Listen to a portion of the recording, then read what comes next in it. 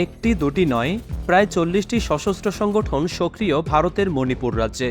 এর মধ্যে শুধু মেইতি জাতিগোষ্ঠীর সশস্ত্র সংগঠন 21টি। অন্যদিকে কুকিদের রয়েছে 10টি সামরিক সংগঠন। অত্যাধুনিক অস্ত্র তাদের হাতে রয়েছে। সম্প্রতি গোষ্ঠীগত সংঘাতে রকেট হামলার পর আলোচনায় সংগঠনগুলোর সক্ষমতা। সশস্ত্র গোষ্ঠীগুলোর মধ্যে সংঘাতকে কেন্দ্র করে বেশ কিছুদিন ধরে উত্তাল ভারতের মণিপুর রাজ্য। কুকি এবং মেইতি সশস্ত্র গোষ্ঠীগুলোর মধ্যে চলছে সংঘাত। চলতি সপ্তাহের শুরুতে রকেট হামলার পর আলোচনায় এসব গোষ্ঠীর সামরিক সক্ষমতা। মণিপুরে মূলত মেইতি, কুকি, নাগাত এবং জমি জাতিগোষ্ঠীগুলোর সশস্ত্র সংগঠন রয়েছে। এর মধ্যে কুকিদের রয়েছে সবচেয়ে বেশি 21টি সশস্ত্র গোষ্ঠী। এরপরেই মেইতিদের রয়েছে 10টি।